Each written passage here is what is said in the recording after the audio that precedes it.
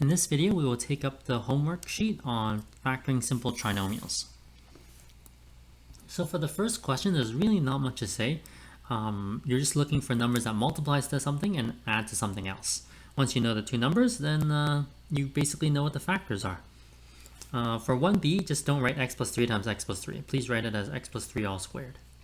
For question 2, there's a bit more work for me to show. So first, you have the common factor, and then you're left with a trinomial, which you can continue to factor because there are two numbers, for example, like 2a, there are two numbers that multiply to negative 12 and add to negative 4. So you can keep factoring. Now, be careful. Sometimes you're left with a trinomial where you cannot keep factoring. So if it's not factorable, then just leave it alone. But for these examples, for all of question 2, you can keep going. For question 3, for whatever reason, whenever I do this question in class, this always bothers students. There are an infinite number of answers here. So you know what you need to add to. You just need to know two numbers that adds to it, and then just find out what they multiply to.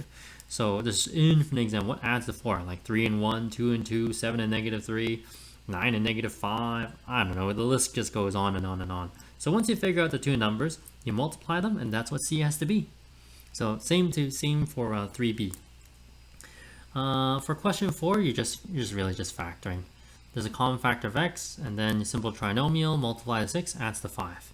So this is a rectangular prism, so guess what? Length, width, and height. Those are the dimensions of this rectangular prism.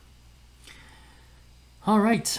On the next lesson, we are going to factor complex trinomials.